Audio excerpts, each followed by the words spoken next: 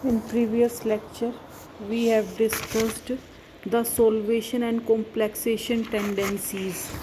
उसमें बताया था मैंने कि लिथियम का साइज़ क्या होता है, छोटा होता है तो वो क्या बनाएगा, ज़्यादा हाइड्रेटेड होगा एज़ कंपेरेटिव टू सीजियम। क्यों होगा? क्योंकि लिथियम का साइज़ क्या है, छोटा, और सीजियम का साइज़ क्या है, बड़ा।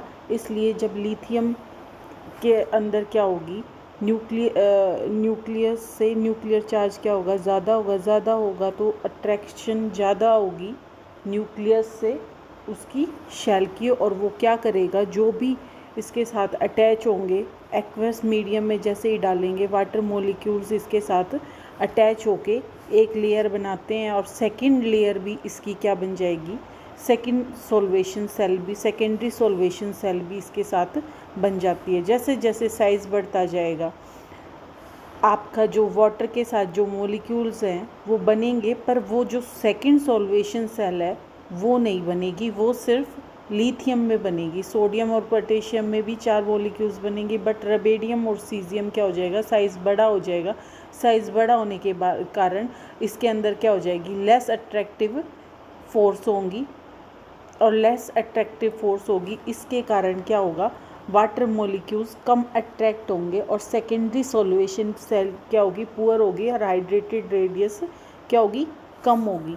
इसलिए लिथियम इज़ मोर हाइड्रेटेड और ग्रेटर एक्सटेंट तक क्या होता है, हाइड्रेट होता है एज़ कंपेरेटिव टू सीजियम।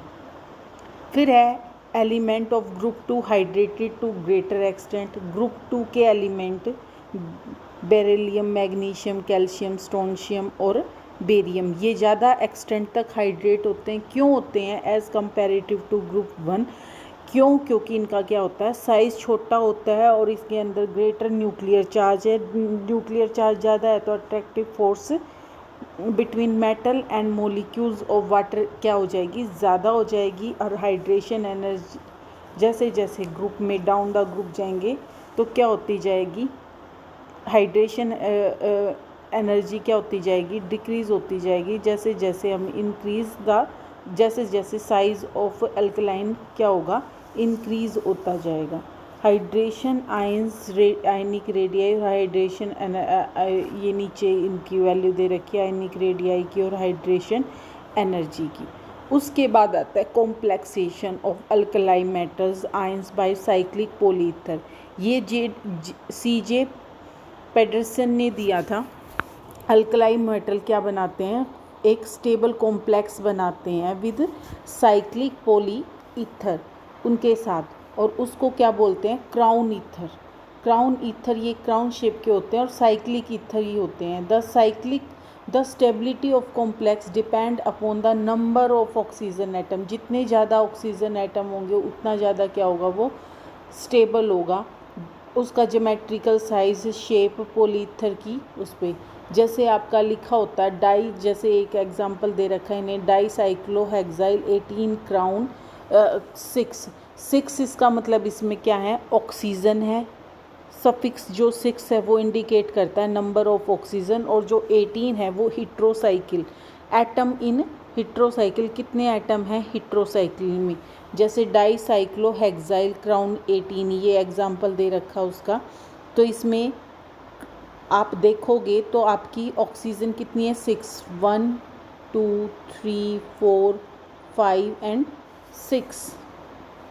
उसके बाद जो नंबरिंग दे रखी है वो देखो, 1 से शुरू, 2 3 4 5 6 7 8 9 10 11 12 13, इस तरह से क्या है 18 और 6 का पता चल गया। 6 होता है नंबर ऑफ ऑक्सीजन, यानी सफिक्स क्या होगा, वो सफिक्स इंडिकेट करेगा नंबर ऑफ ऑक्सीजन, और जो आपका प्रीफिक्स है वो जो नंबरिंग होगी वो number of atom in हिट्रोसाइकिल।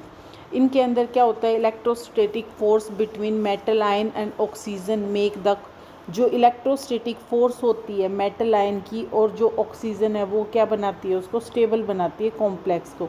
Stability of complex जितनी रिंग के साइज़ के ऊपर डिपेंड करती है स्टेबिलिटी ऑफ कॉम्प्लेक्स, कि मेटल उसके अंदर एग्जैक्टली फिट हो जाता है उस कैविटी के अंदर, तो वो कितना स्टेबल है, साइज़ ऑफ मेटल आयन।